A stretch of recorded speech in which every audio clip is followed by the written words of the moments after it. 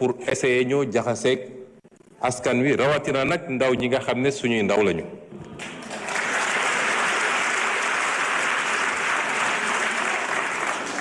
moo tax ñiy wax ci li xew ci étudiants yi te gëmuñu ko moo tax ñuy wax ci li xew ci ambulants yi te gëmuñu ko waaye c'est peine perdue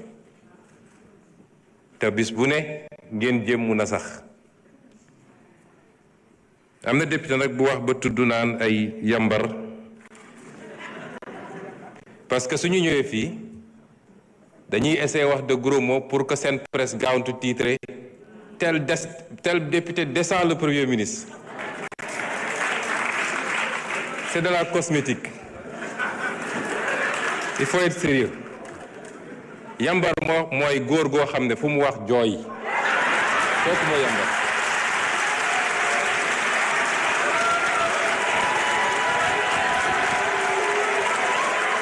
S'il vous plaît. S'il vous plaît.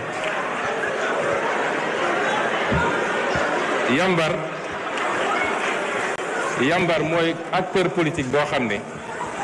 boo xëyee su bëggoon jot yaa ngi xool sa nawle ci politique naan jesneer la sol te tey jesneer la sol moom loolu mooy yambar mooy koo xam ne boo xëyee su bëggoon jot nettali nañ ma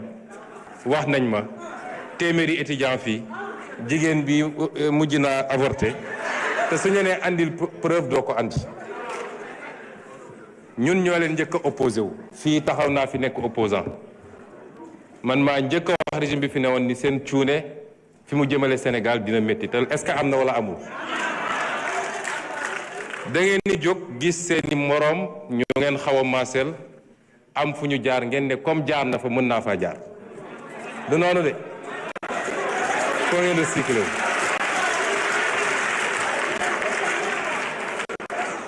lu jëm nag ci ambulants yi man digal bi ma jox ministre bi mooy lu ñuy def rek nañ ko def ànd ceeg yërmande parce que ñun ñëpp a bokk réew mi ambulants yi ñun ñëpp am nañ bokk ambulant lenn la ma wax ne ma sooy wax rek ñaanal ma man lenn rek laa leen laaj mooy nañu bàyyi trottoir yi lenn lu dul loolu mën nañ ko muñ mën nañu naxante di mettre en place des solutions bokk na ci solution yi nga xam ne ci lu yàggul rek dinañ def première pierre bi bu soobee yàlla mooy centre commercial bi ñu war a transformer CICES muy centre moderne nga xam ne dina jël des milliers et des milliers de commerçants mooy li ñu bëgg a def fii ci marché Kermel bi wala lu ñu fa war a yeggali ak yeneen solution yoo xam ne fépp ci Sénégal dinañ ko def dañoo hérité ci réew mu xaw a doy waar situation bi métti waaye noonu la ñu amee yërmande ci Sénégal yi. wax nañu ne lan mooy dañoo annoncé ne ci fan yu néew waaw suñu annoncé 10 novembre ne fan yu néew tey ñu nekk 28 novembre fan yu néewagul ba léegi vraiment y a des choses man xamu fu muy jóge te loolu dinañ ci tontu ministre de l'énergie dina ci tontu bu ci kaname parce que temps bi mayu ko woon ambulants yi dinañ leen accompagner jàppale leen waaye nag am réew mënuñu dañuy toog ba lépp yemb rek discipline dooga am déedéet il faut ñaari ñu boole ko di def discipline boole ko yërmande parce que Dakar dans un an day accueillir les Jeux olympiques nit ñi mënuñ ñëw fii fees fi dell nit mënul dox ci trottoir rond-point yi nit ñi occupé ko bi ma njëkkee wax ak ambulants yi fii daaw dama leen ne buntu école yi trottoir yi buntu poste de santé yi bàyyi leen ko la ca des mun nañu naxante ndànk-ndànk te dinañu continuer liggéey ak ñoom te dinañu mettre en place des solutions ci mandat bi ba ñëpp gis ni donte lépp matul am na effort yu bëri yu ñu def malgré la situation du pays. wax nañu ci lu jëm ci agriculture loolu liggéey bu rëy lañ ciy def parce que wax nañu performance su ren yi macha allah ñuy féliciter ministre bi ak secrétaire d'État bi ak tous les acteurs waaye li ñu war a liggéey ci mbay mi bëri na boo jël lu mel ni gerte bi. il faut je vais mettre en place dès la semaine prochaine comité pour ñu auditer subventions yi parce que subventions yi état bi dugal bëri na lool li ñu dugal ci engrais bi dugal ko ci intrants yi moo ëpp sax li ñuy jënd jee gerte bi may wax baykat yi ni suñu appliqué woon prix bi nga xam ne mooy prix marché bi gerte gi duñ ko jëndee 250 sax de état bi day subventionné bu ñuy bay subventionné bu ñuy jënd suñu appliqué woon prix bi dëgg-dëgg mooy li am ci marché chinois wala li nga xam ne moom la CNIA calculé toutes les méthodes de calcul amul benn boo xam ne dépassé na 250 man maa jël d'autorité ne nañu continuer accompagner baykat yi accompagner industriels yi parce que dañuy def subvention 80 francs ci chaque kilo pour que industriels yi mun na compétitif parce que seen prix de compétence jërëjëf. ñu ngi jox kàddu gi suñu naataangoon Ndeye Marie Sané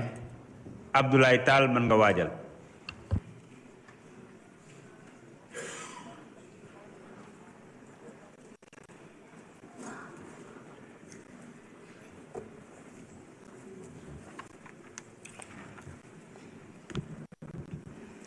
asalaamaaleykum nuyu naa leen monsieur le premier ministre mesdames et messieurs les membres du gouvernement chers collègues monsieur le premier ministre où en êtes-vous avec les réformes institutionnelles qui devaient matérialiser les conclusions du dialogue politique convoqué par le président de la République dans un contexte où les citoyens exigent plus de reddition de comptes et de justice, où les partenaires techniques et financiers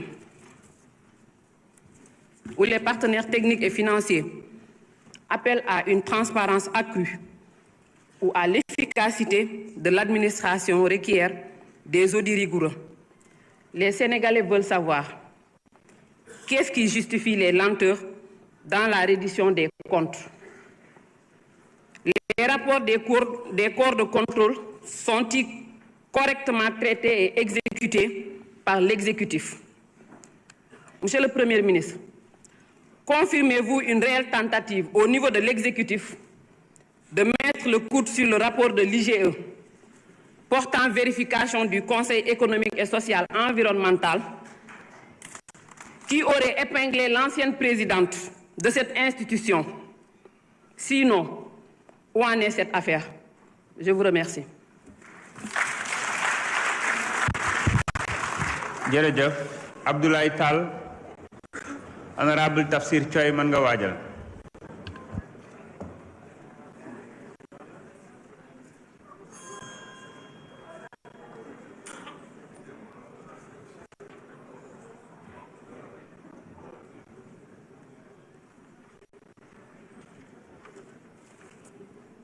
Salaamaaleykum wa rahmatullah. Monsieur le Président, je vous remercie. Monsieur le Premier ministre, Mesdames, Messieurs membres du gouvernement, chers collègues, maa ngi leen di gërëm di leen nuyu yéen ñëpp di féliciter le Premier ministre et l'ensemble des membres de son gouvernement ci courage bi ñu am pour ñëw wax ak askan wi wax ak la représentation nationale. di leen gërëm ci courage bi ñu am également pour respecter tradition bi parce que effectivement am na ko wax léegi bu ñu mënee toog ñaari at benn premier ministre ak gouvernement bi ñëwul fii jàkkaarloog député jàkkaarloog askan wi courage la. bala may wax samay question rek dafa am ku wax léegi ne dëkk baa ngi xonk curu ak ay morso nit ñaa ngi ko takk mais moom dafa fàttali ba muy ñëw dafa kaala bu weex taal sangoo bloc loolu tamit dañ koy boole ci yambar la bokk. Alors monsieur le premier ministre ba ñuy doog a jël nguur gi dafa am acte bu fort bu ko teg yow ak équipe bi nga àndal mooy benn commission pour ñu jàngataat contrat yi nga xamante ni régime bi wees teg na ko fi signé na ko jublu woon ci wàllu infrastructure ak ci ressources naturelles. ci kaw loolu gis naa ni comité boobu am na ay experts différents domaines ñu composé que te yaakaar